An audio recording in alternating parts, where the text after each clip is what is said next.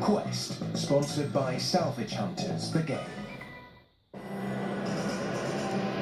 It has the strength of a weightlifter. The C-17 can take off at a maximum of over 500,000 pounds. It's as nimble as a gymnast.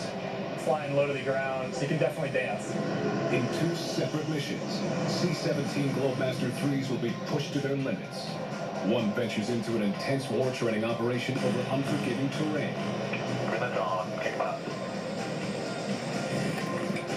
And the other heads out on a grueling 3-day journey to deliver heavy missile launchers. They are missions that will put each crew member and these $200 million jets to the test.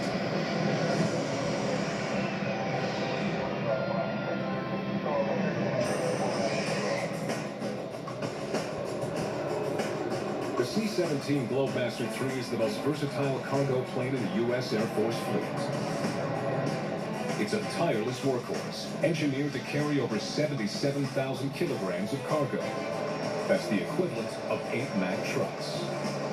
There are 221 of these giant flyers in the U.S. Air Force, spread out over 12 bases.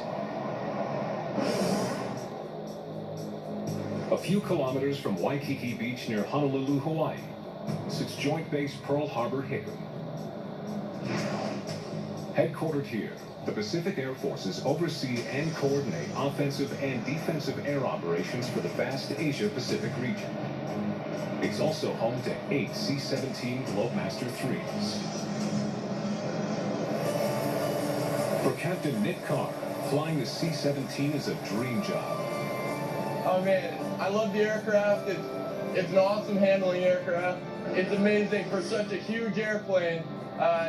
It really does anything you want. As a C-17 pilot, Captain Carr has airlifted troops out of Iraq and delivered emergency supplies for victims of the 2011 Japan tsunami. Being a pilot is in his genes. Since the time I was really young, I've been flying with my grandpa, and he taught me how to fly. And I've always had that love of flying. So to do it for a job really was my dream. All right, Trek 28, welcome to the brief. How's everyone feeling tonight? Today I'll be the aircraft commander. Captain Carr and his crew have gathered to go over their upcoming mission. Their orders are to pick up Patriot missile launchers from a remote island in the Pacific and deliver them to California. So fuel will be 125,000 pounds on board. The chronological order of events will be taken off from here at 11 Zulu, landing in the morning at 16:30, and from 16:30 we'll take that 10.5-hour flight to Kwajalein Island. Normally, the C-17 needs only 2 pilots and a loadmaster, but the extreme distance of this mission demands a 6-man crew. We got a 22-hour day today, so not a lot of room for air here. Intel tactics, we've already briefed all that out. CRM topic, would you like to brief it? What are the basics? Aviate, navigate, communicate, and then safely move the jet, safely move the mission, and everything else just icing on the cake. The first stop is Vandenberg Air Force Base in California, where the C-17 will drop off a load of radar equipment. Then begins an 8,000-kilometer non-stop flight to Kwajalein Island, part of the Marshall Islands in the northern Pacific. Kwajalein Island is tiny, with only one short runway that's just over 2,000 meters long. The small runway ends at the ocean's edge, a risky landing if they can't manage to stop in time. You know, there's a risk with it, but it's something that we're trained to do. It's something that we're capable of doing, and it's something that we actually want to do. That's the great thing about this plane here, is that this plane can take oversized cargo to small runways, places that typical planes can't get into. In the heavyweight world of cargo planes, the C-17 is a gem.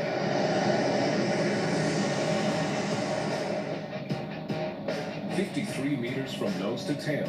It's almost twice as long as a 737. And has a wingspan that stretches just over 51 meters.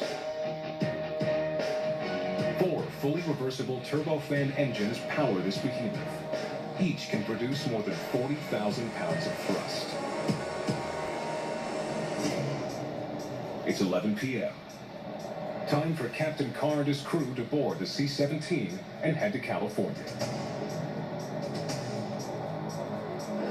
We've depend on each other a lot in this aircraft. Everyone has a very different specialty. The loadmasters and the pilots, the maintainers. We like to make sure that the communication lines are open and everyone's comfortable with what's going on, because you never know when someone could have an input that might save a bad situation. In the cargo hold, the loadmasters crunch numbers in anticipation of the massive payload they'll eventually take on. 3 Patriot missile launchers, each weighing almost 6 metric tons. The C-17 is designed to handle all types of heavy loads, and it's highly adaptable. The floor of the C-17's cargo area is specially designed to be reconfigured in a matter of minutes, thanks to a network of rollers and rails. And it operates pretty easily, just by pulling it up like that. And then the rollers themselves flip over very easily as well. And this rail here provides lateral and vertical restraint for the cargo. And then the rollers obviously for bringing the cargo on it and off the aircraft. With just minutes to go before takeoff, Captain Carr makes a final visual inspection. Big picture, we want to make sure the airplane's clean, there are no cracks, all the panels are configured properly, making sure the brakes are in proper condition, and basically just take a big overview of the jet to see that there's nothing to the left, nothing to the right that our wings might hit. We got 169 feet of wingspan. The flight crew gets the all clear from the control tower. Next stop, California. Yeah, as maneuverable as she is in the air, when you're on the ground, you feel how big the jet is, and taxiing is definitely something you got to take slow and just kind of roll, and everyone keep their eyes outside, make sure you're being safe on the ground. Thumbs up on the trucks. They are clear on the right. You ready for it? You're clear on the left. Roger. Still clear right. And good to take off.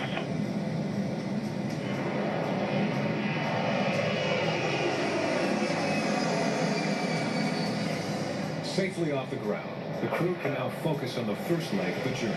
Right here, I am doing our coast-out checklist. This is something that we typically do.